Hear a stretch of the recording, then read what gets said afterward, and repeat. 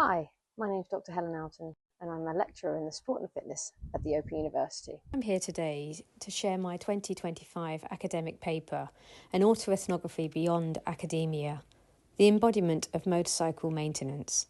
And this work is born from a very personal place during a time where I experienced professional rejection multiple times, and during a time where I felt those pressures and rejections of academic life weighing heavily on me. And I began to ask what happens when we step outside these pressures and reconnect with our bodies, our skills, and the simple act of doing or being. Motorcycle maintenance became my way of exploring this. And in a moment, I'll read a selection of vignettes from the paper. And these are short, personal stories that capture moments of discovery, frustration, rejection, and joy, and the lived experiences that show how life beyond academia can be rich, tactile, and deeply meaningful. And I invite you to listen, reflect, and perhaps even imagine your own hands-on encounters with learning, care, and creativity. The decision. I've been waiting for the decision to come through. The anticipation has been the hardest part. Waiting. This was the worst part. I'd convinced myself that I had met the targets, published over 100 articles, went above and beyond whenever I could, and even made sure to get feedback along the way to make sure my promotion case was solid. Last year I got rejected, but I almost expected it since nobody seems to get through on their first attempt. I didn't get much feedback apart from being told that I was so close and should definitely apply again. I thought this was pretty much saying that I'd get it this time, and I started to believe it. Then, ping! The email comes through. Cold, clinical. We regret to inform you. That phrase has the same sting no matter how politely it's framed.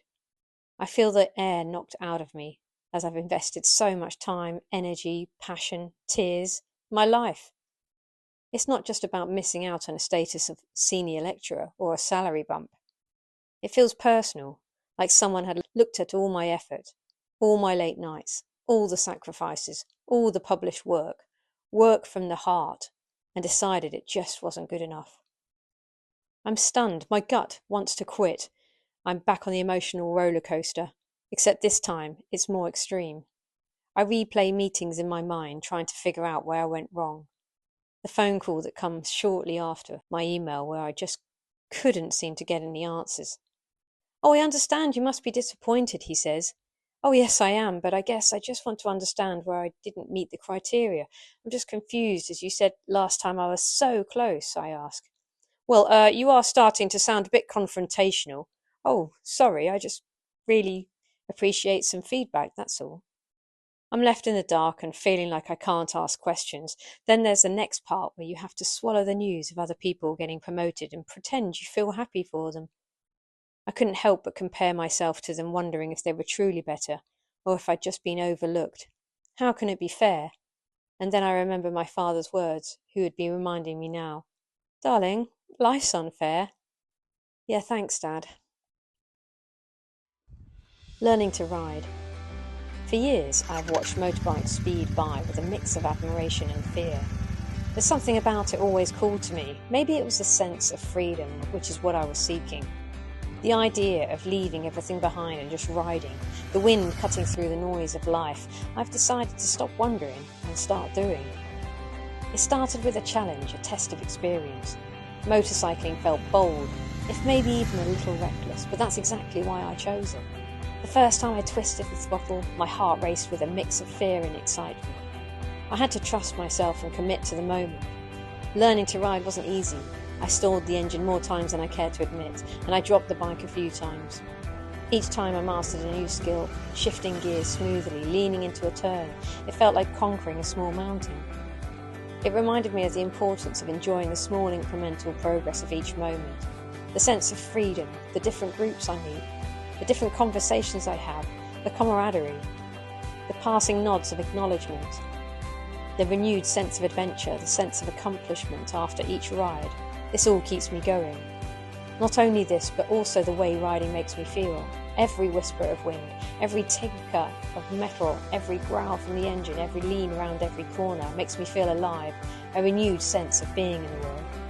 As I lean into a curve on the open road, the vibration of the engine beneath me, and the openness of the horizon ahead, I'm reminded that freedom is not a destination, but a sensation. In those moments, I am not my CV. I am breath, I am alive, I am free, and I am enough. Sometimes when I'm on the bike, it's like everything else fades away. It's just me, the open road and the hum of the engine, a reclaiming of my sense of self. The world is wide open and I can go anywhere on my terms. I feel a sense of freedom. Riding has also taught me to trust myself, to be fully present, and to embrace the thrill of the unknown. There's no room for overthinking on a motorbike. You're focused on the road, the wind, the corner ahead. Took on motorcycling because I wanted to feel alive again, and that's exactly what it's given me. I also feel a sense of reconnection to my father. I look at the grainy grey photos of him kneeling beside an old motorbike. Even now, after 34 years since he passed, I miss his company. I never knew him as an adult, but I imagine how it might be with him riding beside me, with me now, being the same age as he was when he passed away. Changing the oil. As I loosen the drain plug, watching the old oil flow out, it feels like a cleansing process, not just for the bike, but for me too. It's a moment to pause and reflect, to slow down in a world that's always rushing around. There's a quiet simplicity to the task that brings a sense of focus, almost meditative in its rhythm. I wipe the filter clean, tighten the bolts and pour in fresh oil, feeling a sense of satisfaction that comes from doing something with my own two hands. I look at my black hand smudged with its oil and I feel a sense of pleasure. This act of maintenance isn't just about keeping the bike running smoothly, it's about understanding it. There's something grounding in it. I feel my whole body is understanding something new through rustic smells, sounds, tangibility, sensory engagement I can't read in a book. Every creak, every turn of a bolt teaches me something about the machine and myself. The gathering of the tools, feeling the weight of the wrench in my hand and the rhythmic process of draining and the glooping sound of replacing the oil. When I complete the job, I hear the engine roar to life, renewed smoothness. It's a small sense of achievement.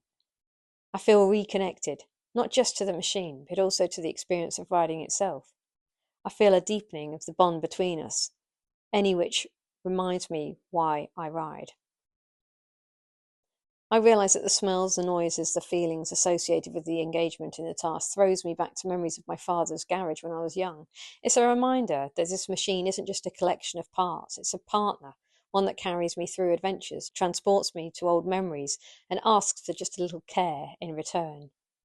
My bike isn't just a tool, it's an extension of me, and in caring for it, I'm reminded to care for the things that carry me through life. I realise that the routine task of changing motorbike oil can be used as a metaphor for rich sensory personal connection, mindfulness, and self-discovery. Third time lucky. Well, here I am again, waiting for the email. I'm in a better place. I'm more balanced. I made the difficult decision of applying for promotion again. Years have gone by, so I can show my research and teaching demonstrate impact. Since nearly all my team have now been promoted ahead of me, I thought I might stand a better chance. I sit at my desk waiting for the email. It's third time lucky and I've been given more positive comments. I passed the stage 1 this time, and once I'm through stage 2, I'm home and dry. I'm so close again. Ping! The email comes through, cold, clinical. Oh, we regret to inform you. I take a deep breath and pick up my keys to my motorbike.